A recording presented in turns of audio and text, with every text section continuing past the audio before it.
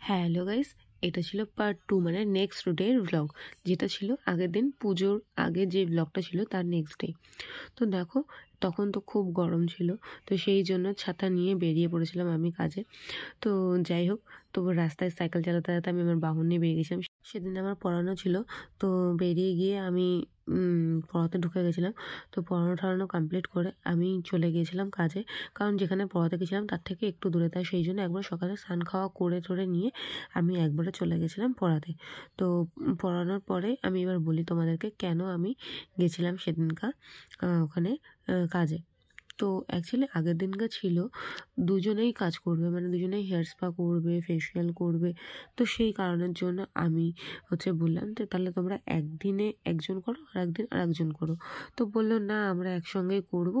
তো মানে যে যেটা করব সেই এক এক দিনে সে এক একটা করে করব।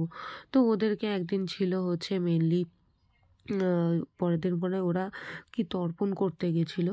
তো সেই জন্য বললো যে গঙ্গায় স্নান টান করতে হবে, চুলটা রাফ হয়ে যাবে স্পা করার পরে।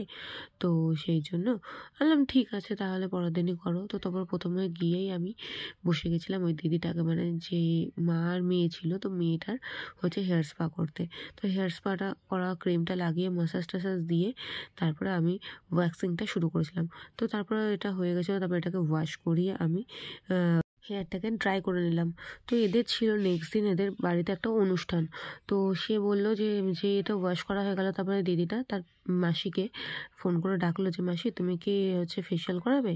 বললো ঠিক আছে আসছি বলে তারপরে আমি দিদিটাকে একটু ব্লো ড্রাই করে নিলাম, ব্লো ড্রাই করে চুলটাকে একদম সেট করে নিলাম। তো সেট করে নেওয়ার পরে তারপরে আমি তোমাদেরকে দেখাচ্ছি লুকটা কীরকম লাগছে। দিদির চুলটা প্রচণ্ড কাল ছিল, তোমাদের যখন দেখালাম যে আমি কালার করছিলাম তো তখন দেখেছিলে কতটা কাল ছিল। তো একদম ব্লু ড্রায়ার করে নিয়ে একদম স্পা করে লুকটা দেখতেই পাচ্ছ কেমন লাগছে। তো তোমরা কিন্তু প্লিজ কমেন্ট করে জানিও স্পা ওয়ার্কটা কেমন হলো। তো তোমরা কিন্তু প্লিজ জানিও। আর তোমরা যারা যারা ইন্টারেস্ট আছো যে বাড়িতে হোম সার্ভিস করানোর জন্য, তো প্লিজ আমার সঙ্গে কন্ট্যাক্ট করতে পারো। আমি কিন্তু অনেক কম খরচে আমি কিন্তু সবার সাহায্য করতে চাই।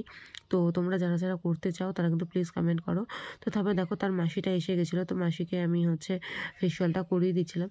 তারপরেই ঘটে গেছিলো একটা ভীষণ বড় দুর্ঘটনা। মানে আমি সকাল 12টায় বেরিয়েছি, তো এটা প্রায় তখন 4টে 5টা বেজে গেছিলো। তো তারপরেই ওই দিদিটা এত ভালো আমাকে আবার ভাত দিয়েছিল। তো আমার হাতে ক্রিম মাখা ছিল বলে ওই পিসিটা ছিল, মানে দিদির মা, ওই পিসিটা আমাকে আবার ভাত মেখে দিয়েছিল। তো সেটা আমি চামচে করে করে খেয়ে নিই, সত্যি খুব ভালো ছিল। তো তারপরে পিসির আমি ফেসিয়ালটা করার পরে আমাকে চা বিস্কুট দিল। তবে চা বিস্কুটটা খাওয়ার পরে যে পিসিটা ছিল সেই পিসিটার আগের দিনকার হেয়ার স্পা করেছিলাম, তো সেটাকে চুলটা সেট করে দিলাম। তো যেটা বলছিলাম দুর্ঘটনা, তো তারপরে আমাকে ওই পিসির আর এক মেয়ে এসেছিলো। তো আমি যখন ওখান থেকে কাজের থেকে বেরোলাম, তো আমাকে বললো কি আর একটা ফেসিয়াল করে দিয়ে আসতে হবে। তো সেখানে গিয়ে এই যাকে দেখছো ফেসিয়াল করেছি তার মেয়েকে মাসাজ করে দিয়েছিলাম, ইনাকে ফেসিয়াল করে দিয়েছিলাম, করে রাত্রি 10টা 20 বেজে গেছিলো। আমি সকাল 12টায় ভাত খাওয়ার পরে আমার এই কাজ করে উঠতে উঠতে আমার জাস্ট কি বলবো, আমার কোমর টোমর ব্যথা গেছিলো। যাই হোক, ভিডিওটা কেমন লাগলো কমেন্ট করো। আজকের মতো টাটা।